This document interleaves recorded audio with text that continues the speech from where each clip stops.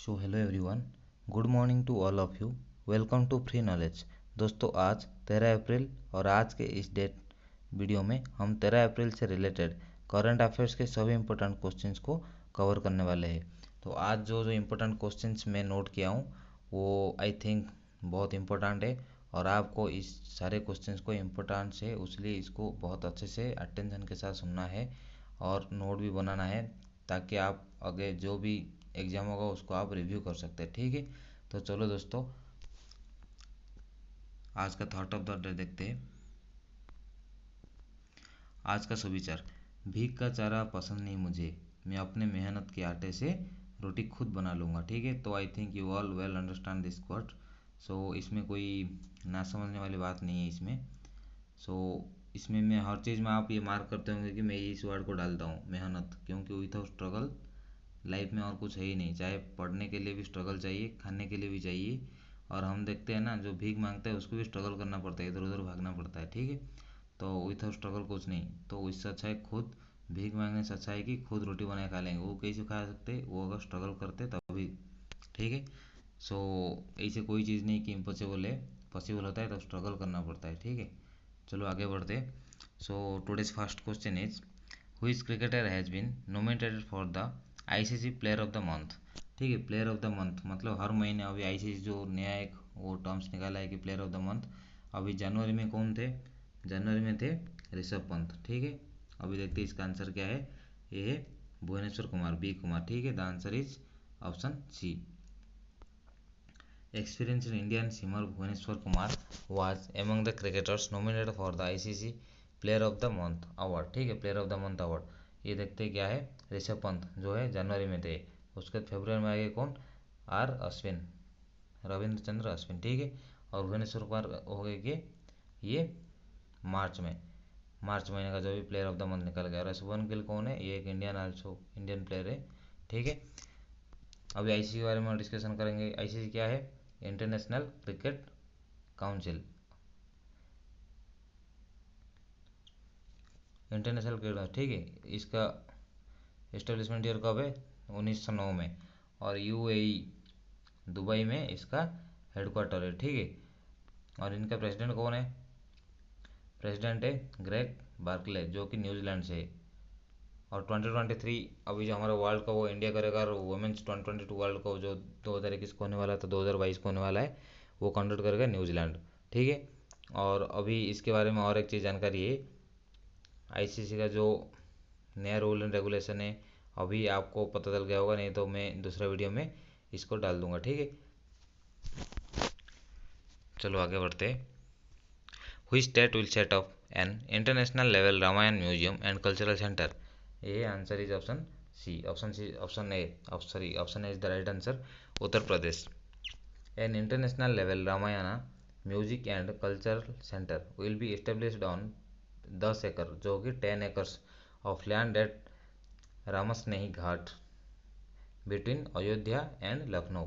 ठीक है, लखनऊ और अयोध्या के बीच में रामस्नेही घाट है, जहाँ की 10 एकड़ का ज़मीन में अंतर्जातीय रामायण संग्रहालय और जो हमारा सांस्कृतिक केंद्र वो उधर इस्टेब्लिश किया जाएगा। इसमें यह है दोस्तों, इसमें है कि जो हमारा जो कल्चर है और हमारा जो heritage is regarding spiritual activities, और हम अपने बच्चों को कैसे रखना है और उनको कैसे मतलब हमारा कल्चर के बारे में पता होगा, ये सब चीज़ को इसके ऊपर मतलब फोकस किया गया है।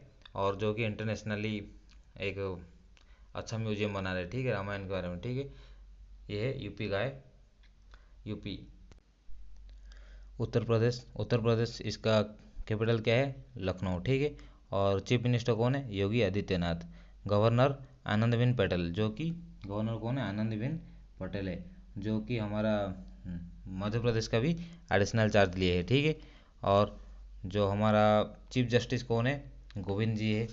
और अभी देखेंगे कुछ फैक्ट एंड करंट्स के ऊपर, तो उत्तर प्रदेश का अभी देखेंगे एवरी लैंड होल्डर्स के लिए जो 16 डिजिट का एक डिजिट कोड दिया गया था बाय द स्टेट गवर्नमेंट, जो कि कोई भी मतलब अभी जैसे बोलते हैं ना, ये मेरा ज़मीन था, वो उसका ज़मीन था, ये फ्रॉड केस बहुत सारा होता है इसके ऊपर। और ख़रीदने के बाद पैसा ले जाते हैं, ये भी देते नहीं, और बाद में बोलते हैं कि मैं हम नहीं खरीदे या हम खरीद लिए थे, डॉक्यूमेंट नहीं। ये सब जितने भी केसेस है रिगार्डिंग लैंड होल्डर्स, तो ये चीज़ को फिनिश करने के लिए एक लैंड डिस्प्यूट का रूल बनाया गया जिसका नाम है कि विरासत स्कीम, ठीक है, बाय गवर्नमेंट ऑफ यूपी। और लखनऊ जो है फास्ट मेट्रो सिटी, जो हमारा sorry Lucknow becomes the fast metro to use ultra violet rays, ठीक है, जो कोच को क्लीन करने के लिए, ठीक है। और free coaching facility for all competitive exams, जो कि पूर्व बंदे के लिए, जो कि आईएएस यूपीएससी का जो भी प्रिपरेशन करते हैं, सिविल सर्विस का प्रिपरेशन करते हैं, आईआईटी जेई का, तो स्कीम का नाम क्या है, अभ्युदय स्कीम, ठीक है, Abhyuday scheme by the UP government, ये सब है। और जो ये माई गंगा माई डल्फिन, ये एक कैंपेन बनाया गया था हमारा जो डल्फिन की सुरक्षा के लिए। बहुत सारे ऐसे मिशन शक्ति प्रोग्राम फॉर वुमेन, नारी शक्ति के लिए एक महिला सशक्तिकरण है, ठीक है। और फास्ट वल्च्योर कंजर्वेशन सेंटर गोरखपुर में, वर्ल्ड का लार्जेस्ट सैमसंग फैक्ट्री जो है नोएडा में बनाया गया, ठीक है, सैमसंग का जो है। और यूपी गवर्नमेंट स्टार्टेड क्या है, ऑपरेशन दुराचारी, जो कि हमारा जो रेप केसेस या sexual assault against a person, ये सबको दूर करने के लिए, ठीक है। और सहारनपुर में आपको पता होगा मास्क एटीएम बनाया था, लखनऊ में हेल्थ एटीएम, ऐसे बहुत सारे स्कीम्स बनाए गए थे। और during the time of corona ये बहुत इनिशिएटिव स्टेट था यूपी। और एलिफेंट हॉस्पिटल जो है मथुरा में है ऐसे। एंड आल्सो मुगल म्यूजियम भी बनाया गया, जो कि छत्रपति शिवाजी नाम के उसको ट्रांसफ़र किया गया है। सैनिटाइजेशन किया गया कैसे, वन कॉल सर्विस में, ठीक है, सिर्फ लखनऊ में ये जो हेल्थ टीम बनाया गया, मैं आपको बोल रहा हूँ, ठीक है। और first animal war memorial in India, जैसे हमारा वार मेमोरियल इन इंडिया कहाँ है, न्यू दिल्ली है, ठीक है। सिमिलरली एनिमल वार मेमोरियल ये कहाँ है, ये है यूपी में, ठीक है, मेरठ में। और कोविड-19 वार मेमोरियल जो हुआ था वो कोविड वॉरियर्स का, वो कहाँ है, वो भुवनेश्वर में, उड़ीसा में, ठीक है। These are all regarding UP. और इसमें बहुत सारे फैक्ट्स एंड करंट से जुड़े हुए हैं, लेकिन मैं आपको अगले अगले वीडियो में बताऊंगा। सो दोस्तों please like share and subscribe this channel. तो और आप इस चीज़ को देखना है, इस चीज़ को स्किप नहीं करना है, क्योंकि इस चीज़ के ऊपर बहुत सारे करंट फैक्ट्स से आता है आजकल। जो भी देखना है एग्जाम्स के 60% तो आता ही है करंट्स के ऊपर, क्योंकि बंदा how much connected to the currents about is surroundings, okay. तो हमारे चारों तरफ क्या चल रहा है उसके ऊपर अगर हम इतना जुड़े नहीं रहेंगे तो हम अपने कोई भी एग्ज़ाम देंगे या कहीं पे भी क्वालिफाई करेंगे तो हम क्या कंट्रोल करेंगे, ठीक है। सो करंट चीज़ के ऊपर बहुत ध्यान देता है अभी गवर्नमेंट, ओके। आगे बढ़ते। Vjosa Osmani is the newly appointed president of which country, ठीक है। जोसा ओस्मानी कौन सा कंट्री के न्यूली अपॉइंटेड प्रेसिडेंट है, ये है कोसोटे, देखो। The US educated female law professor Vjosa Osmani has been elected as the new president of Kosovo, ठीक है। द यूएस एजुकेटेड फीमेल, तो I think she is an US origin, ठीक है। तो Kosovo news president took office becoming the country's youngest head of state and one of the youngest in the world. तो दुनिया में सबसे youngest मतलब कम उम्र के प्रेसिडेंट कौन है, जोसा ओस्मानी, ठीक है। और हेड ऑफ द स्टेट मतलब हम जैसे बोलते प्रथम नागरिक, देश का प्रथम नागरिक, ठीक है, first citizen of the country, ये कौन है, कोसोवो है, ठीक है। अभी हम डिस्कशन करेंगे कोसोवो के ऊपर। कोसोवो कौन है, मतलब एक यूरोपियन कंट्री है, ये क्या है, यूरोपियन कंट्री है, ठीक है। हम जैसे इधर मतलब स्टेट्स बोलते हैं, उधर इधर जैसे कंट्री बोलते हैं, ऐसे मतलब एक कॉन्टिनेंट्स के अंदर स्टेट बोलते हैं उसको। तो सिमिलरली एक यूरोपियन स्टेट है। इसका कैपिटल क्या है, कैपिटल क्या है, प्रिस्टिना, कैपिटल है प्रिस्टिना। और अभी जो न्यूली अपॉइंटेड प्रेसिडेंट कौन है, जोसा ओस्मानी, ठीक है। और इसका प्राइम मिनिस्टर कौन है, अल्विन कुर्ती, अल्विन कुर्ती है। अभी यूरोपियन जितने भी कंट्रीज है उनका मैक्सिमम करेंसी क्या है, यूरो ही रहता है, क्योंकि यूरोपियन कंट्रीज का यूरो रहता है करेंसी, ठीक है। और इनका लैंग्वेज देखेंगे तो ऐसे यूरोपियन स्टेट का जो लैंग्वेज होता है इसे बस। The next one is the SUPACE is an AI based portal launch for which organisation, ठीक है। सुपेस एक जो आर्टिफिशियल इंटेलिजेंस बेस्ड एक पोर्टल है, वो कौन सा ऑर्गेनाइजेशन के लिए लॉन्च किया गया, RBI, SBI, Indian railway, supreme court of India. The correct answer is option D, supreme court of India. Supreme court of India क्या है, एक हमारा जो इंडिया का सर्वोच्च न्यायालय जो है, ठीक है, सर्वोच्च न्यायालय, ठीक है, उसका नाम क्या है, supreme court of India English में। तो सुपेस क्या है अभी देखते हैं।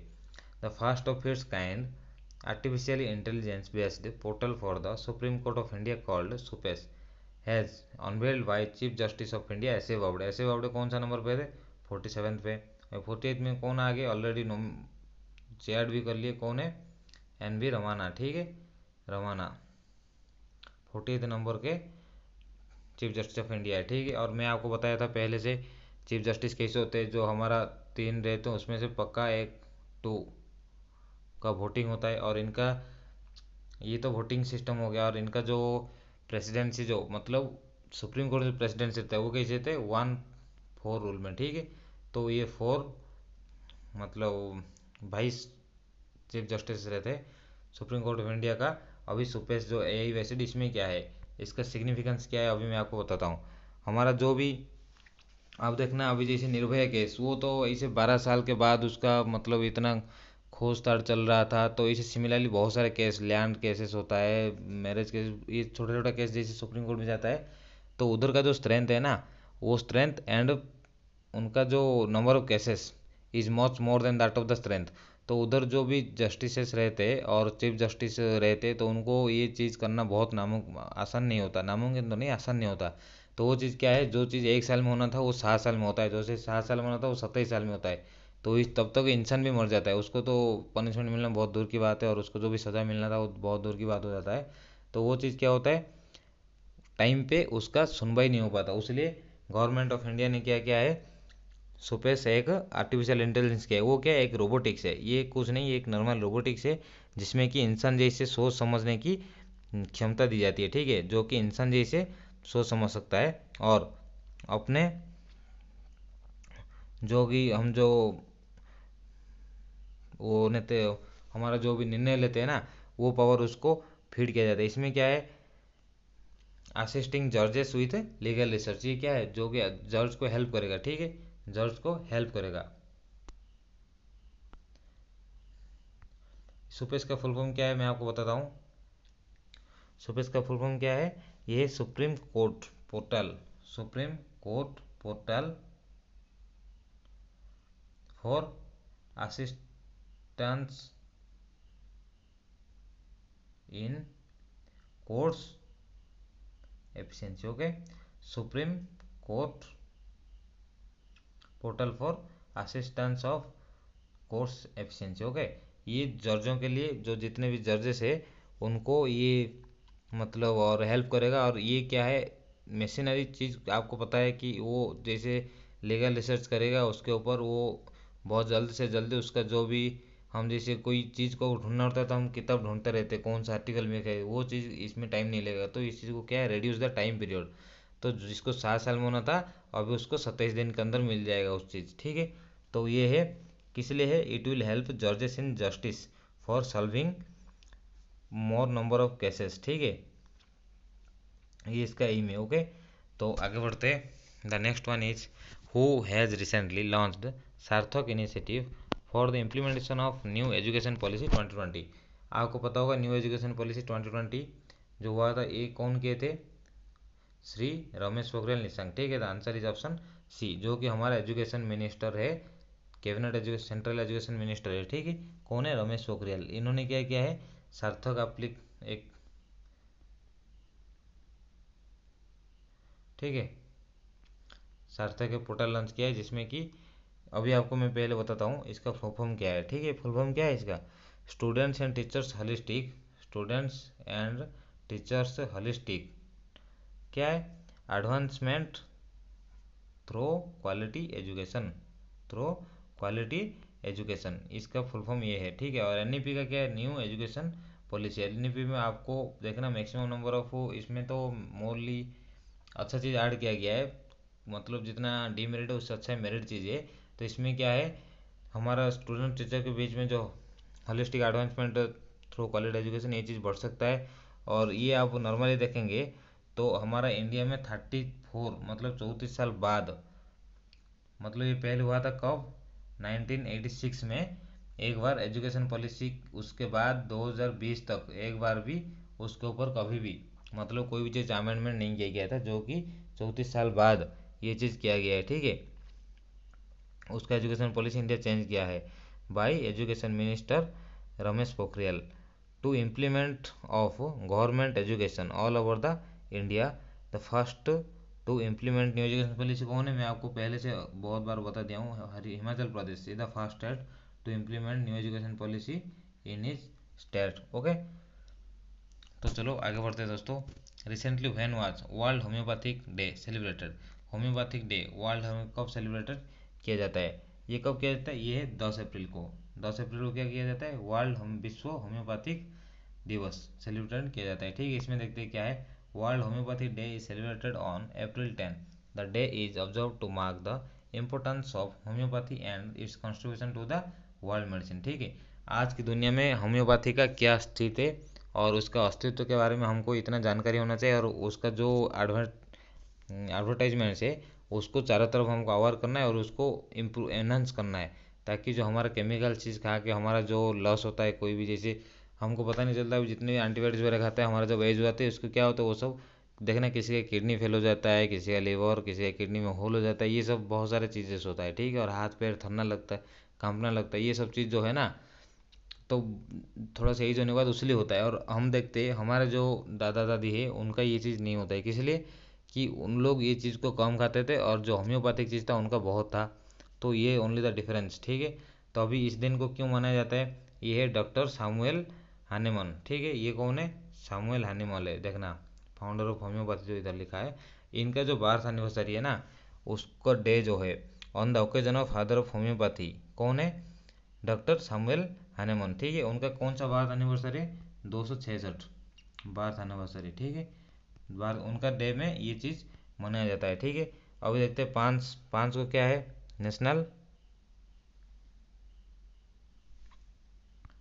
ये 5 अप्रैल नेशनल मैरीटाइम डे, ठीक है। और 6 अप्रैल को क्या है, sports day, international sports day, ठीक है। और नेशनल स्पोर्ट्स डे कब किया जाता है, ये है 29 अगस्त, ठीक है। और 7 को वर्ल्ड हेल्थ डे, ओके। और हमारा हेल्थ मिनिस्टर कौन है, डॉक्टर हर्षवर्धन। आगे बढ़ते हैं। Who has become the first women director general of national council of applied economics research, ये कौन है, answer is option B is the right answer, Poonam Gupta. Poonam Gupta is the first women director general of NCER will succeed Shekhar Shah, मतलब ये किसको replace करेंगे, शेखर शाह को replace करेंगे, दो जो कि 2011 से 2020 तक थे, ठीक है। और the national council of applied economic research, ये किसका है, NCAER, national council of applied economic research, ठीक है। ये क्या है, देखते हैं इसका एम क्या है, अनुभवजन्य आर्थिक अनुसंधान में सरकार और निजी क्षेत्र, मतलब government and private, government plus private दोनों को क्या है, समर्थन देने के लिए, to encourage both of them, both government and private, ठीक है। ये एक संचालित निकाय बनाया गया है, ओके। आगे बढ़ते, Ramkaran Verma has been appointed as the ambassador of which to India to which country, ठीक है।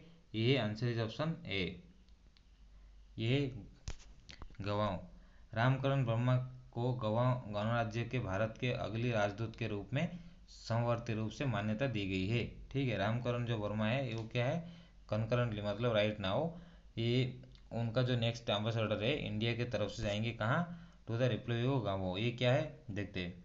अभी आपको पता होना चाहिए एम्बेसडर कौन है और हाई कमिश्नर कौन है, ठीक है। ये देखो हाई कमीशन है ये जो हेड ऑफ द स्टेट है, ठीक है। हेड ऑफ द स्टेट मतलब जो नेशन की तरफ से आते हैं, हेड ऑफ द स्टेट जो है, ठीक है, कहाँ है, अनदर कंट्री में। अनदर कंट्री में हेड ऑफ द स्टेट जो होता है उसको बोलते हैं हाई कमिश्नर, मतलब उच्चायुक्त, ठीक है। और एम्बेसडर कौन होते हैं, representative of the, represent of one country in another country, ठीक है। Representative of one country in another country, ठीक है। ये है एम्बेसडर, ठीक है। उच्चायुक्त और एक उच्चायुक्त, ठीक है। इसमें है the answer is option A. आगे बढ़ते, हुई state government has launched 14 days mass campaign. 14 दिन का मास कैंपेन जो हुआ है, कौन सा राज्य के सरकार ने ये चीज़ को लॉन्च किए? ये कौन है? Answer is option D is the right answer, Orissa. अभी हम डिस्कशन करेंगे उड़ीसा के बारे में। और उड़ीसा का जो ये चीज़ है, मैं अभी इसको रिसेंटली न्यूज़ में देखा था। ये कैसे, जो हमारा chief minister of Orissa is Shri Naveen Patnaik, इन्होंने क्या है, एक 14 दिन का मास कैंपेन यूज़ किया है। वो किस लिए किए है, अभी मैं आपको बताता हूँ। ये मतलब हमारा जो भी कोविड-19 के जो फाइट किए हैं, तो इस चीज़ को अवेयर करने के लिए। कैसे, अभी मैक्सिमम जो भी है ना, बंदे बोलते हैं नहीं कोरोना कुछ नहीं है, ये नहीं है, वो नहीं है, ये सब बोलते रहते। तो इस चीज़ को क्या है, दुनिया में जो हमारा जो भी विश्वास है वो चीज़ हट गया है दुनिया में। क्योंकि हमारा जो गवर्नमेंट जिस तरफ से इनिशिएटिव होता है उस तरफ वो काम सही से नहीं करता, इसलिए स्टेट गवर्नमेंट ऑफ उड़ीसा ये चीज़ को इनिशिएटिव लिए टू आवर सिटीजन्स या पीपल ऑफ उड़ीसा, ठीक है। एंड किस लिए, टू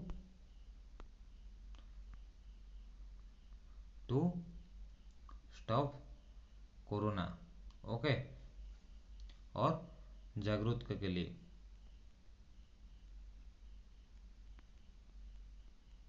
ठीक है। अभी उड़ीसा के बारे में डिस्कशन करेंगे तो मैं आपको बहुत, और चीफ मिनिस्टर नवीन पटनायक के, गवर्नर कौन है, गणेश लाल है, ठीक है। और S Muralidharan is the new chief justice of Odisha. Lok Sabha के सीट देखेंगे तो 21 है, राज्यसभा के 10 है, और टोटल है कितना, 147 है। और उड़ीसा का अभी देखेंगे तो बहुत सारे करंट अफेयर्स एंड फैक्ट्स है। जैसे कि अभी नॉर्मल में करंट अफेयर्स बता देता हूँ। जैसे हमारा हो गया इंडिया का सबसे बड़ा हॉकी स्टेडियम हो गया, जो कि हमारा राउरकेला में बन रहा है, और 2023 का जो वर्ल्ड कप होने वाला है उधर ही होने वाला है। और by road campaign radio school for students during the time of कोविड-19, और नालको का हेडक्वार्टर है हमारा उड़ीसा में। और इंडिया का जो राइस इंस्टीट्यूट है ना, वो भी है। बारवाटी स्टेडियम क्रिकेट स्टेडियम है। लिंगराज टेम्पल है, पुरी टेम्पल जो कि वर्ल्ड फेमस है। और अमरीश जो योजना में सबसे पहले स्थान लेने वाला स्टेट है, और आईएएस सर्टिफिकेट पाने वाला सबसे पहला स्टेट है। और सन टेम्पल है, और known as also black pagoda, और वो पूरी जगन्नाथ मंदिर को वाइट पगोड़ा, ठीक है। और लार्जेस्ट हॉकी स्टेडियम तो मैं आपको पहले तो बोल ही दिया हूँ। और एम्स बीवी सर वन थर्ड टाइम, जो कि हमारा इनकरेजिंग क्लीनलीनेस के लिए, ठीक है। और विवेशहर में इंडिया का सबसे बड़ा वार मेमोरियल बना हुआ है, और फायर पार्क बना हुआ है इंडिया का सबसे पहला। और जो कि हमारा जो फर्स्ट कोविड हॉस्पिटल बनाया था इंडिया का, वो भी फास्ट है। और कोविड वार मेमोरियल भी बनाया गया, वो भी भुवनेश्वर में। So these are all regarding Odisha facts and currents. तो चलो आगे बढ़ते। When was national safe motherhood day celebrated? जातीय सुरक्षित मातृत्व दिवस कब मनाया जाता है, ठीक है। वो है हमारा जो 10 नंबर है, उसका आंसर क्या है? Answer C is the right answer, ठीक है, 10 अप्रैल।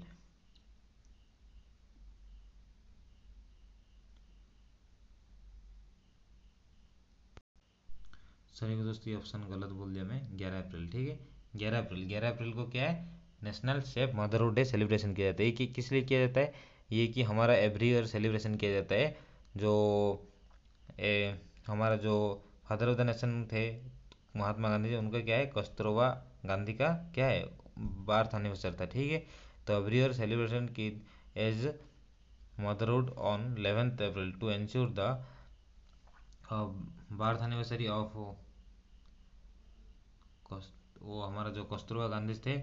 और सबसे मेन चीज़ क्या है, इसका जो थीम अभी देखेंगे तो इसका थीम है, एवरी ईयर उसलिए सेलिब्रेशन किया जाता है to ensure take care of ladies during the time of pregnancy.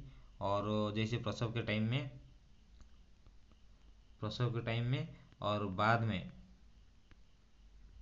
और बच्चा पैदा होने के बाद उसका कैसे लुक आफ्टर करना, ठीक है, मतलब बेबीज़ को। तो इसका ख्याल रखने के लिए ये चीज़ अभी मनाते हैं, ठीक है। और 9 अप्रैल को तो सीआरपीएफ डे मनाते हैं। 1 तारीख को तो हमारा उड़ीसा दिवस मनाते हैं, ओके। आगे बढ़ते। India has complete the construction of arch of world's highest railway bridge. What is the length of the bridge? Length of the bridge क्या है? अभी हमको ये चीज़ पूछा गया, ये बहुत आसान चीज़ है, ठीक है। देखिए, हमारा जो ये बना रहे सबसे पहला चीज़ है J&K में, ठीक है। और कौन सा नदी को और बना रहे, ये है चेनाब, चेनाब नदी के, जो कि दो नदी को मिलके हुआ है। और थर्ड चीज़ है इसका जो हाइट है, व्हाट इज द लेंथ, मतलब हाँ 13-15 मीटर है, ठीक है। 13-15 लेंथ जो डिस्टेंस है, ठीक है। और इसमें बजट कितना लगा है, ये है 1486, 1486 करोड़ है, ठीक है। और इसका जो हमारा आर्थ साइड कितना है, ये है 359 मीटर है, ठीक है। और ये भी मीटर मीटर ही है।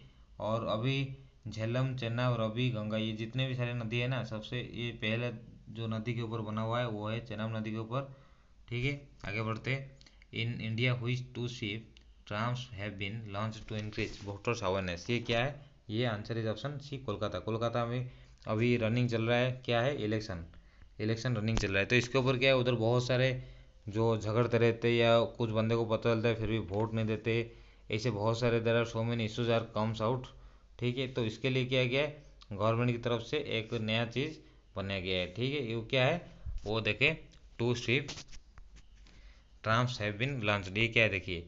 पश्चिम बंगाल के मुख्य निर्वाचन अधिकारी एरिज आफ्ताब ने मतवाओं के मतदाताओं के जागरूकता बढ़ाने के लिए और अपने लोकतांत्रिक का प्रयास करने के लिए अधिक से अधिक पात्र मतदाताओं को प्रोत्साहित करने के लिए कोलकाता में एक SVP टर्म लॉन्च किया गया है। ये देखिए क्या है, इसका नाम है systematic voters education and electoral participation programme, ठीक है। आगे बढ़ते, which team become the third team to 100 IPL matches, sorry मैं इधर एक चीज़ छोड़ दिया हूँ, वो है 2-1, ठीक है। इंडिया का कौन सा टीम है, जो तीसरा टीम है जो कि 100 IPL में जीतने वाला तीसरा टीम बन गया, ठीक है। ये Mumbai Indians, Kolkata Knight Riders, Chennai Super Kings, Sunrisers Hyderabad.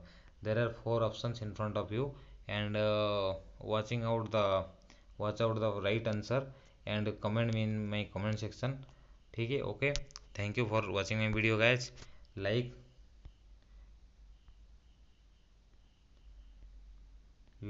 Share to your study friends and subscribe my channel to get new notifications. So दोस्तों, मैं आपको हर दिन बोलता हूँ और आज भी बोला था और कल भी बोलूँगा, जो कि मेहनत, स्ट्रगल, विथ और स्ट्रगल, हम अगर टॉयलेट भी जाएंगे ना, हमको इसलिए स्ट्रगल करना पड़ेगा। सो दोस्तों, आप इस चीज़ को बहुत डीपली लेना है, ऐसे करना है कि आपसे कोई ज़्यादा ना है इस चीज़ के ऊपर। इसका मतलब ये है कि ज़्यादा से ज़्यादा स्ट्रगल करो कोई भी चीज़ के लिए, ठीक है। तो वो क्या है, उसका रिजल्ट मैं अभी परसों बोला था एक थर्ड ऑफ द डे में, कभी भी इसका रिजल्ट ना कभी कम नहीं आता है, ठीक है, कभी भी कम नहीं आता, ठीक है। हो सकता है 1 साल नहीं तो 2 साल में होगा, 2 साल नहीं 3 साल में, लेकिन हमको क्या है, स्ट्रगल करना पड़ेगा। ओके, तो like share and subscribe my channel to get notifications. Thank you for watching, carry on your study. Okay, thank you.